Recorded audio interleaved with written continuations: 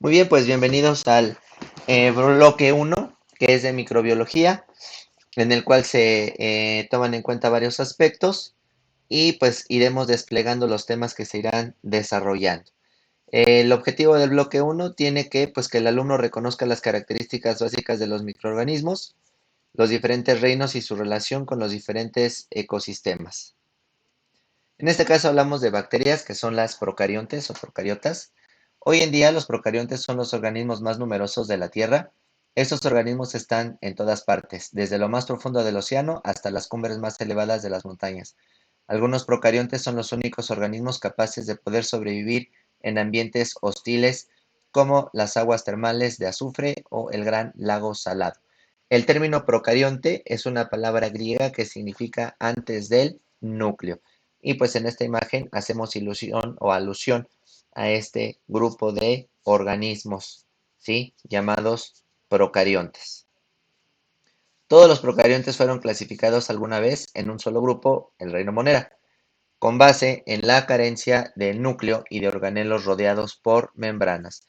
Sin embargo, la investigación moderna muestra las grandes diferencias que existen entre los procariontes. Ahora se dividen en dos dominios, el dominio bacteria y el dominio arquea. Y como ustedes pueden ver aquí en la imagen, pues estamos señalando algunos de estos organismos que son pues, sumamente esenciales para muchas cuestiones ecológicas y metabólicas del propio cuerpo humano. Las bacterias llamadas así, a veces también eubacterias, son organismos, ¿sí?, que pertenecen al dominio bacteria. Las bacterias habitan en casi todos los ambientes de la Tierra y son importantes en el cuerpo humano, la industria y la producción de alimentos, como se los mencionaba yo hace un momento. Y de manera general, pues aquí podemos observar también algunas imágenes de cómo son o cómo están hechos estos organismos. En otro aspecto, también tenemos otros organismos llamados arqueas, que significan antes, o bueno, son llamadas antes arqueobacterias, y viven en ambientes extremos y son llamadas algunas veces extremófilos. ¿Por qué son conocidas como extremófilos? Porque estos organismos están acostumbrados a vivir en lugares donde ninguna otra presencia de vida puede llegar a sobrevivir. Se han encontrado que las arqueas tienen semejanzas con las células eucarióticas, como las proteínas del citoplasma y las histonas. Las bacterias son organismos estudiados y se encuentran en casi todas las partes, excepto en los ambientes más extremos, sitios generalmente habitados por arqueas. Las bacterias tienen paredes celulares muy fuertes que contienen péptidos glucanos. Algunas contienen una segunda pared celular, propiedad que se da para clasificarlas. Además, algunas bacterias como las cianobacterias son totalmente fotosintéticas, ¿vale? En este caso, hablando de las arqueas, ¿sí? Las arqueas predominan en ambientes extremos que resultan hostiles para la mayoría de las formas de vida. Algunas arqueas, llamadas termoacidófilas, viven en ambientes calientes y ácidos como algunas fosas termales sulfurosas o las chimeneas termales del fondo oceánico y alrededor de los volcanes. Estas arqueas prosperan en temperaturas por encima de 80 grados centígrados y un pH de 1 a 2. Algunas de estas no sobreviven en temperaturas menores a 55 grados centígrados. Muchas son anaerobias estrictas, lo cual significa que mueren en presencia de oxígeno. Es decir, estas bacterias sobreviven en lugares totalmente inhóspitos, como en este caso un geyser, ¿sí?, que está presentes en lo que es las cuestiones por ahí de Yellowstone. Sí, es un parque nacional en el cual nosotros podemos encontrar muchos calderas como este tipo que pues contienen estos organismos. Cada color que ustedes pueden observar en el agua es un tipo de bacteria persistente o que sobrevive en esos ambientes de temperaturas arriba de 70 grados centígrados. Otras arqueas llamadas halófilas viven en ambientes muy salados. La concentración de sal en tus células es de 0.9%. Los océanos tienen un promedio de 3.5% de sal y las concentraciones de sal en el Gran Lago Salado son más elevadas que ese 3.5%. Y bueno, en el Mar Muerto pueden ser mayores al 15%, ¿sí?, de concentración de sal. Las halófilas Generalmente son aeróbicas y algunas poseen una forma particular de fotosíntesis que usa una proteína en vez del pigmento, es decir, clorofila.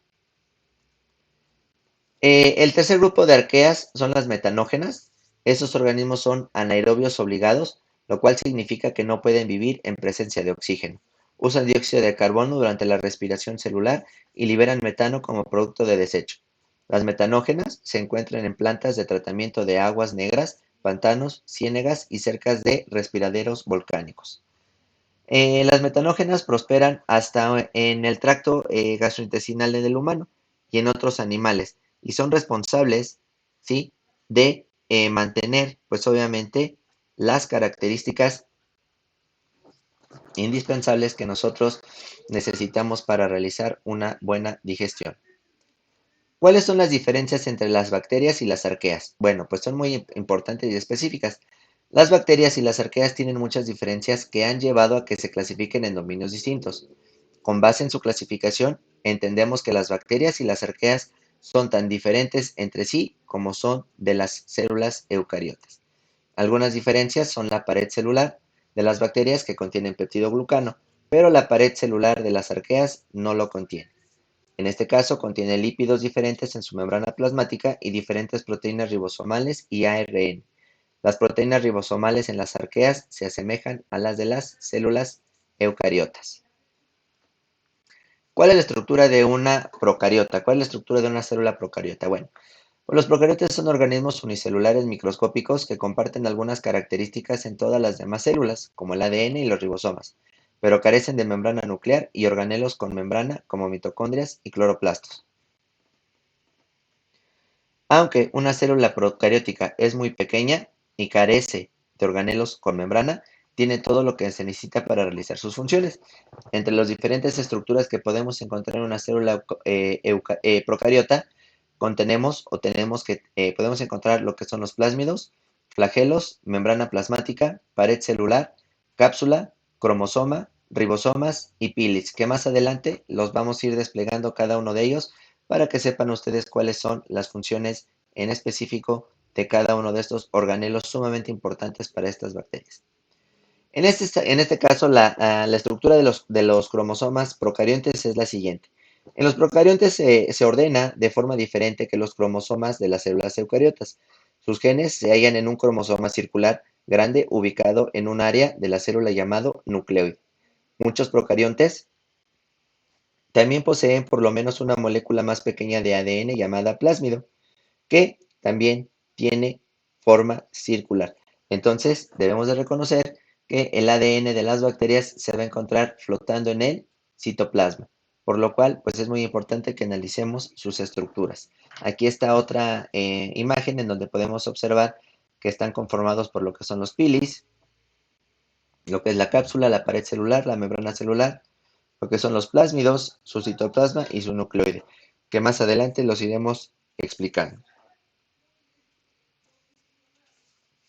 Algunos procariontes secretan una capa de polisacáridos alrededor de la pared celular para formar una cápsula que contiene muchas funciones importantes, como prevenir la deshidratación de la célula y ayudar a que ésta se adhiera a las superficies, ¿sí?, de su ambiente. La cápsula también evita que los glóbulos blancos envuelvan y se traguen a las bacterias y protege a las células de los efectos de los antibióticos. Y así es, la célula procariota tiene una cápsula, como ustedes pueden ver aquí, que una de las funciones principales es prevenir la deshidratación de la célula y a su vez también por ahí que se puedan sujetar a los lugares donde ellos se encuentren. Y obviamente también la cápsula evita que los glóbulos blancos se envuelvan y se traguen a las bacterias y protege la célula de los efectos de los antibióticos. En este caso, la estructura pili se encuentra en la superficie externa de algunas bacterias y se conocen como pili o en singular pilus. Son estructuras submicroscópicas parecidas a una vellosidad formada de proteínas. Los pili también ayudan a las células bacterianas a adherirse de las pequeñas superficies y sirven de puente entre células. A través del puente se pueden enviar copias de plásmidos que proveen algunos procariontes de nuevas características genéticas. Esta es una forma de transmitir la resistencia a los antibióticos. Es decir, los pilis pues sirven para adherirse a algunas superficies y a su vez también sirven para proporcionar, pues obviamente, energía o proporcionar, bueno, más que nada energía no, pero para proporcionar esa comunicación entre una célula procariota y otra procariota, ¿vale?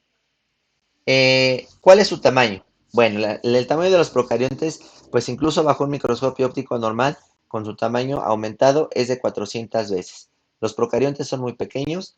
Típicamente los procariontes solo miden de 1 a 10 micrómetros de largo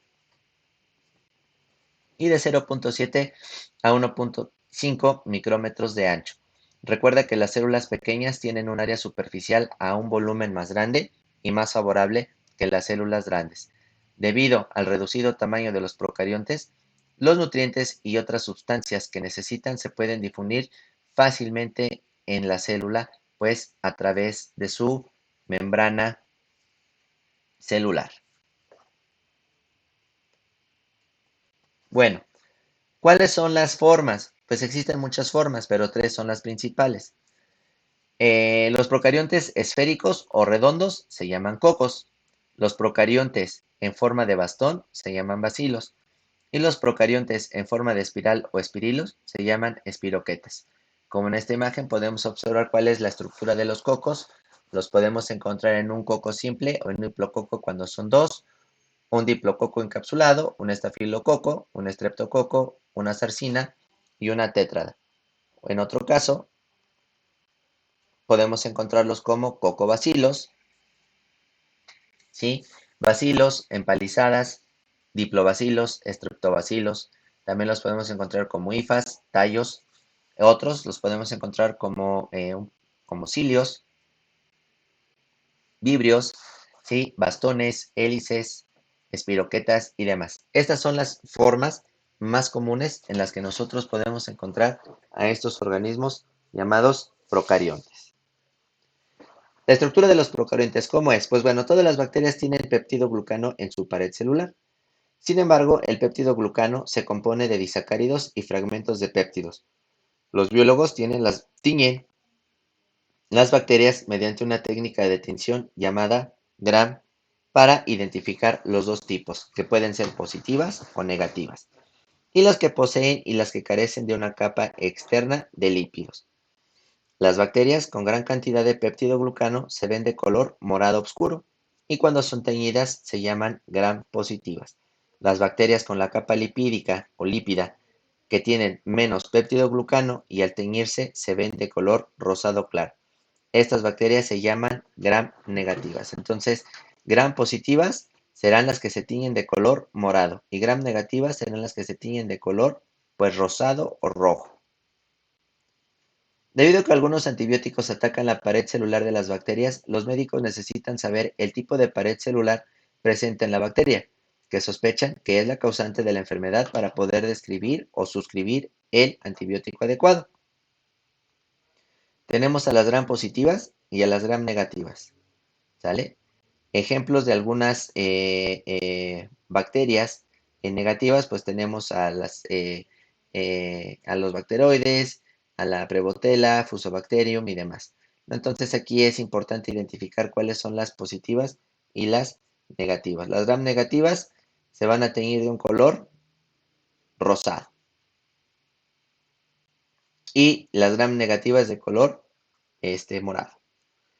Bueno, ¿cuál es la estructura que les permite el movimiento de las células procariotas? Bueno, aunque algunos procariontes son sésiles, otros usan flagelos para poder moverse. El flagelo de los procariontes se compone de filamentos y ayudan a los procariontes a moverse hacia la luz, realizando esto que tengan una mayor concentración de oxígeno para hacer la mayor captación de sustancias químicas como azúcares, aminoácidos que requieren para poder sobrevivir. Otros procariontes se mueven deslizándose sobre una capa mucilaginosa que secretan, pero la mayoría de las bacterias presentarán unas estructuras llamadas flagelos, las cuales les van a poder permitir o les van a conferir el movimiento que éstas necesitan para desplazarse precisamente y adecuadamente en medios acuáticos. Bueno, ¿cómo se reproducen los procariontes? La mayoría de los procariontes se reproducen mediante un proceso asexual llamado fisión binaria, que es la división de una célula en dos células genéticamente idénticas. En este proceso, el cromosoma procarióntico se replica y el cromosoma original y la nueva copia se separan. A medida que esto ocurre, una célula se alarga en forma de una nueva sección de membrana plasmática y pared celular, y la cual se separa en dos células idénticas. Bajo condiciones ambientales ideales, esto puede ocurrir rápidamente con una frecuencia de cada 20 minutos. Si las condiciones son apropiadas, una bacteria podría formar 1.000 millones de bacterias mediante fisión binaria en solo 10 horas. Aquí tenemos a una bacteria que va a reproducirse por fisión binaria, tiene su pared celular, la membrana plasmática, su citoplasma, empieza a dividirse el material genético hasta que se realiza una invaginación en la propia célula y de ahí sale la célula A y la célula B, es decir, dos células.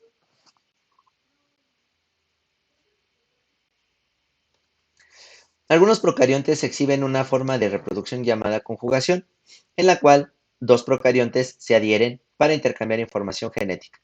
El pilus es importante para que se adhieran las dos células y ocurra la transferencia de material genético de una célula a otra. De esta manera, se crean nuevas combinaciones genéticas y aumenta la diversidad de las poblaciones procariotas. Entonces, el pili también sirve como estructura reproductiva para pasar información genética de una célula procariota a otra procariota. ¿Cuál es el metabolismo de los procariontes? Bueno, los procariontes son anaerobios y no usan oxígeno para el crecimiento o el metabolismo. Los anaerobios obligados no pueden vivir o crecer en presencia de oxígeno. Ellos también obtienen energía a través de la fermentación. Los anaerobios facultativos pueden crecer tanto en presencia de oxígeno o sin este. Los aerobios obligados requieren oxígeno para crecer, además de ser clasificados según cómo usan el oxígeno. Los procariontes pueden ser clasificados según cómo obtienen energía de la respiración celular o la fermentación. Los procariontes se van a dividir en dos, unos que van a ser heterótrofos y otros que van a ser autótrofos. Los heterótrofos van a ser conocidos como saprófitos, que tienen la cualidad de poderse alimentar de la materia orgánica en descomposición. Los autótrofos, como autótrofos fotosintéticos, que en este caso son bacterias que van a poder realizar fotosíntesis, y algunos quimioautótrofos que se van a alimentar de carbono, nitrógeno, oxígeno, fósforo y azufre que se encuentra pues obviamente dentro de su ambiente. Entonces volvemos a repetir aquí para que quede bastante claro. ¿Cuál es el metabolismo de los procariontes? Bueno, los procariontes anaerobios no usan oxígeno para el crecimiento del metabolismo. Los anaerobios obligados no pueden vivir a crecer en presencia de oxígeno. Ellos obtienen energía a través de la fermentación. Los anaerobios facultativos pueden crecer tanto en presencia de oxígenos o sin este. Y los aerobios obligados requieren oxígeno para crecer. Además de ser clasificados según cómo usan el oxígeno, los procariotas o los procariontes pueden ser clasificados con lo que ya les había yo mencionado. Algunas bacterias son heterótrofas. ¿A qué se refiere esto? Bueno, que algunos procariontes son heterótrofos y no pueden sintetizar su propio alimento y tienen que ingerir nutrientes. Muchas bacterias heterótrofas son saprófitos o saprobios. Recordemos que el término saprófitos o saprobios son obviamente bacterias que se encargan de la degradación de, pues obviamente, las características de la descomposición de la materia orgánica. Dicho esto, es decir, se obtiene energía de moléculas orgánicas en descomposición asociadas a organismos muertos o desechos orgánicos. ¿Cuáles son los fotoautótrofos? Bueno, algunas bacterias son autótrofos fotosintéticos. Llevan a cabo la fotosíntesis de manera semejante a las plantas. Estas bacterias deben vivir en áreas iluminadas como estanques y arroyos de poca profundidad para sintetizar moléculas orgánicas y usarlas como alimento.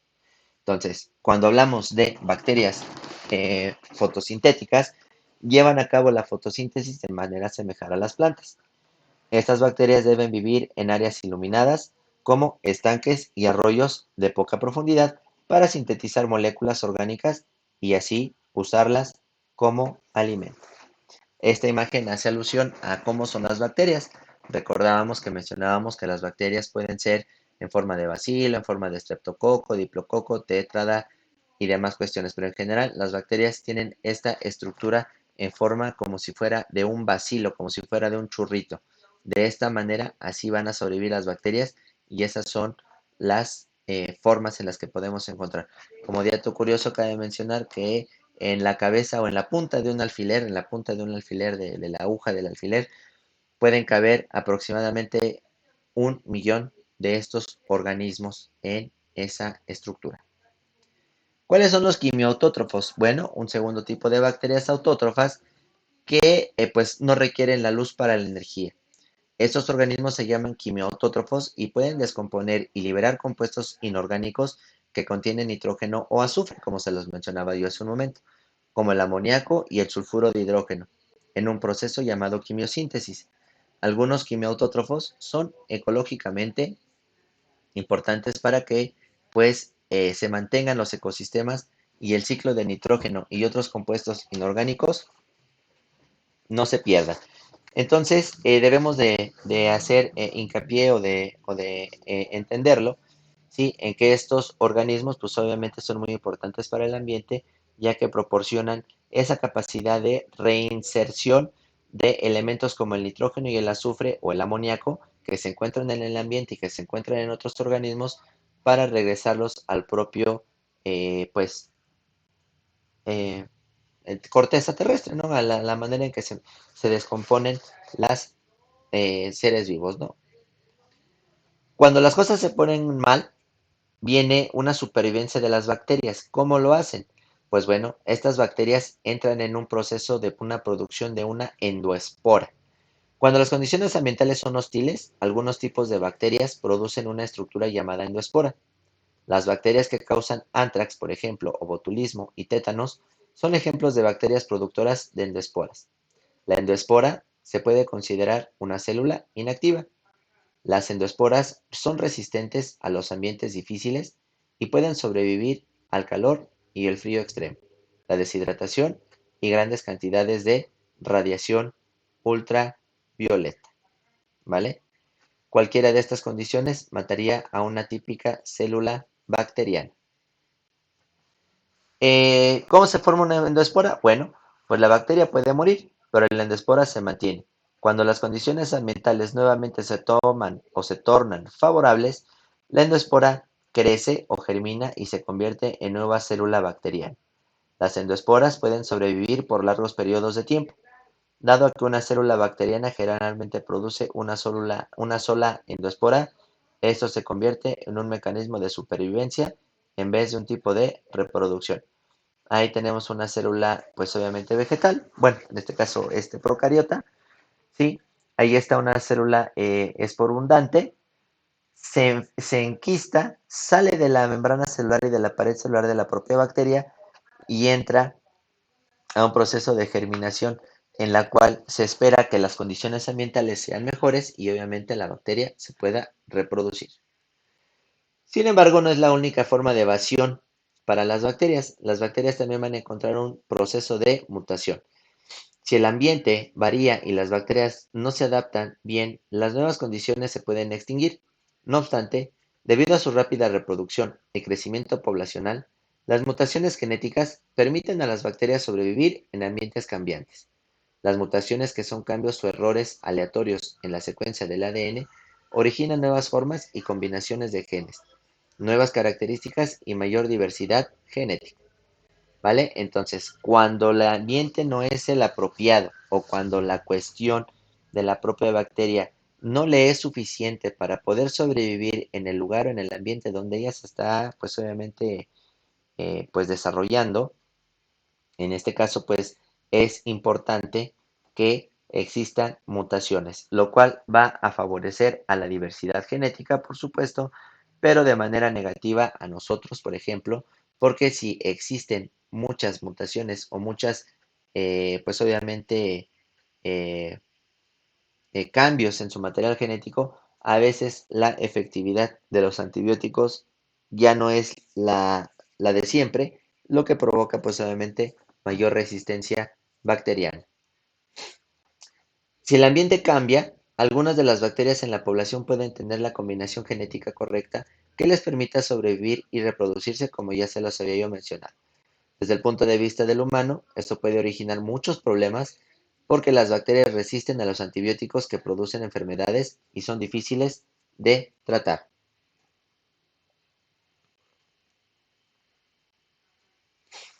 ¿Cuál es la importancia de las bacterias, digamos, a nivel ecológico? Bueno, pues tienen muchas.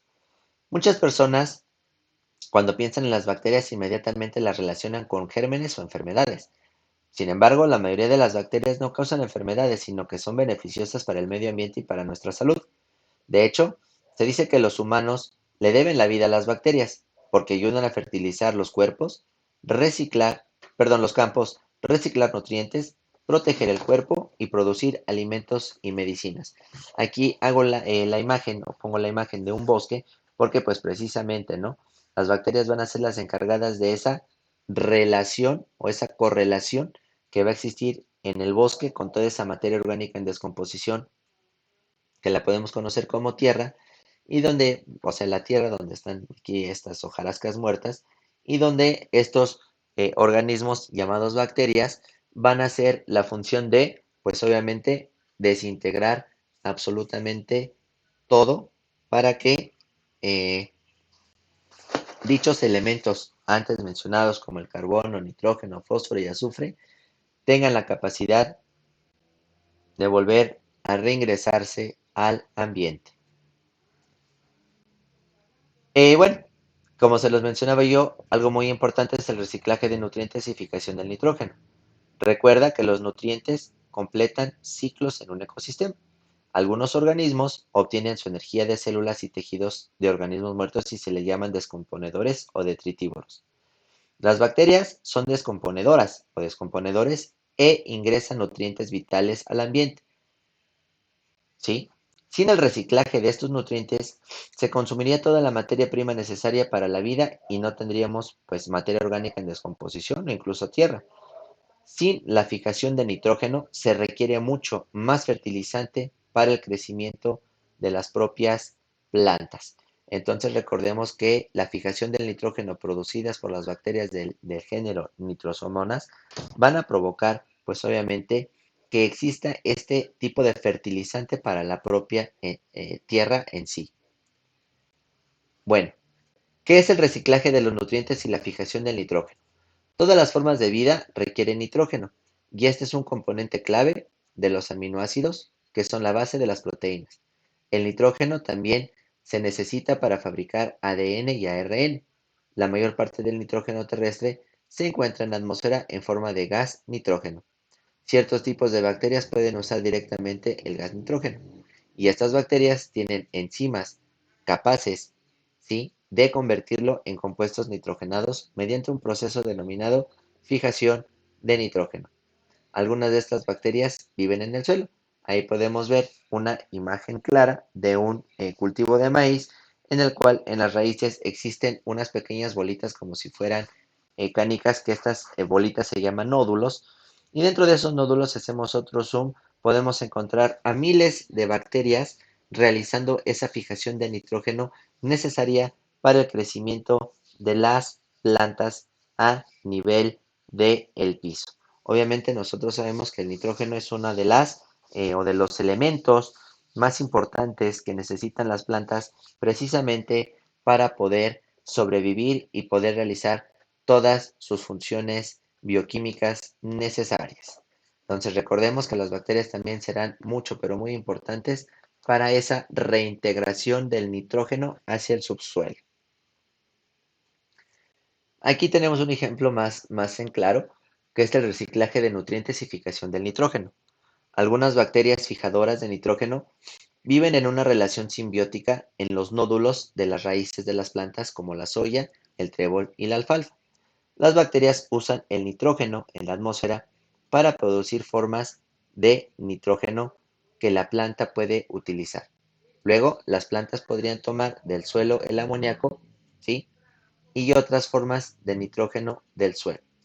Estas plantas se hallan en la base de la cadena alimentaria y el nitrógeno pasa a los organismos que las consumen. En este caso o en esta parte de este ejemplo, tenemos que el nitrógeno atmosférico pues, se encuentra en todo el planeta Tierra. Gracias a la que se consumen, pues obviamente los vertebrados como ratones o conejos o cualquier herbívoro, sabemos que las plantas todas van a proporcionar una gran cantidad de nitrógenos, a su cual van a existir bacterias nitrificantes que a su vez van a convertirlas en nitritos y las van a convertir en nitratos para que esos iones de nitrógeno otra vez los pueda asimilar la planta y así volver a crecer y volver a cumplir su función o su rol en el ambiente. De todas maneras, aunque hemos estado hablando acerca de la importancia de las bacterias, debemos de hacer énfasis que no solamente existen bacterias en el ambiente, sino que tu cuerpo también está cubierto de bacterias por dentro y por fuera. La mayoría de las bacterias que viven dentro de tu cuerpo o sobre él no son dañinas, al contrario, son sumamente importantes para realizar diferentes funciones. La flora normal es de gran importancia para el cuerpo. Al vivir y multiplicarse en el cuerpo compiten con bacterias dañinas y evitan que éstas se alojen y causen enfermedades. Es decir, en nuestro tracto digestivo, en nuestro estómago, hay miles y miles de millones de bacterias que se encargarán de realizar pues todas las cuestiones necesarias para poder mantener nuestro cuerpo en equilibrio. En la flora normal de nuestro estómago, por ejemplo, la bacteria Helicobacter coli vive en el tracto digestivo humano y en el de otros mamíferos. No es dañino y es importante para la supervivencia. Esta produce una vitamina llamada K. Los humanos absorben y la usan en la coagulación de la sangre. Esta relación simbiótica obtiene un sitio cálido de alimento para vivir. En respuesta, la bacteria E. coli provee al cuerpo de un nutriente esencial que es la vitamina K. En términos resumidos y en términos simples, si no existieran las bacterias, ¿sí? De la E. coli, pues la vitamina K sería pues una deficiencia tremenda para el cuerpo, ya que esta vitamina es indispensable para muchos procesos, entre ellos la coagulación y diferentes tipos de asimilación en el cuerpo. Sin embargo, pues obviamente las bacterias también están relacionadas con los alimentos y las medicinas. Las bacterias incluso usan la producción de chocolate. Aunque estas no se encuentran en los productos de chocolate que ingieres, se usan también para descomponer la capa de las semillas de cacao durante la producción de este alimento. Las bacterias también son responsables de la producción comercial de las vitaminas B12 y riboflavina. Es decir, gracias a estas bacterias tenemos la capacidad y tenemos la suerte de ser, pues obviamente, pues afortunados de que puedan producir estas vitaminas tan importantes para el sistema nervioso y su buen funcionamiento, así como la riboflavina nos ayuda a mantenernos despiertos.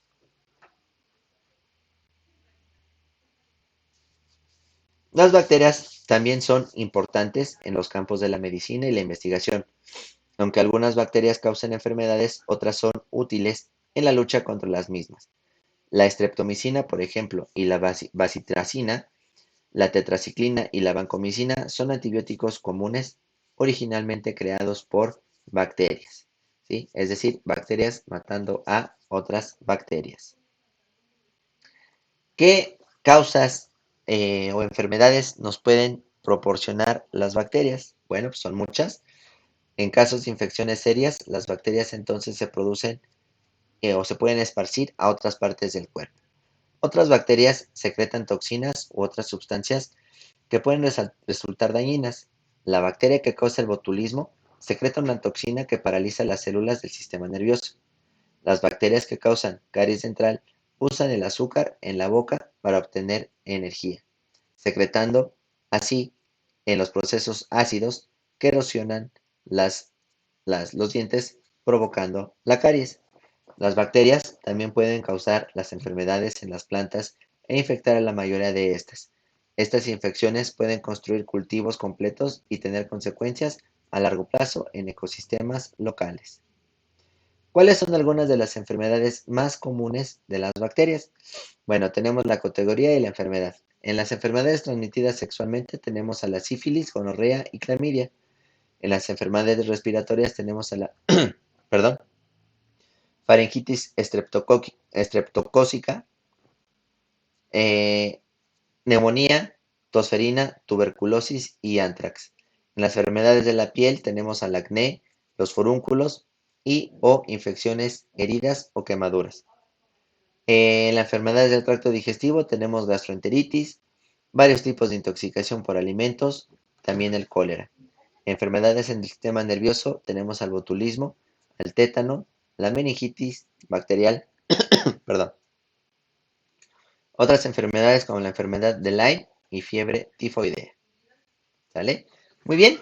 Pues entonces, hasta el día de hoy ha sido importante haber analizado este tema de las bacterias. ¿Sí? Recordamos que las bacterias son muy importantes a nivel de todo el cuerpo y a nivel de todo el organismo, lo cual nos confiere pues muchísimas ventajas y pues también algunas llegan a ser patógenas. Analizamos cuál era su estructura, cómo estaban conformadas, qué era lo más importante de cada una de ellas y bueno, pues con esto estaríamos cerrando la charla del día de hoy. Terminamos con esto y pasaremos a siguientes cuestiones. Muchas gracias.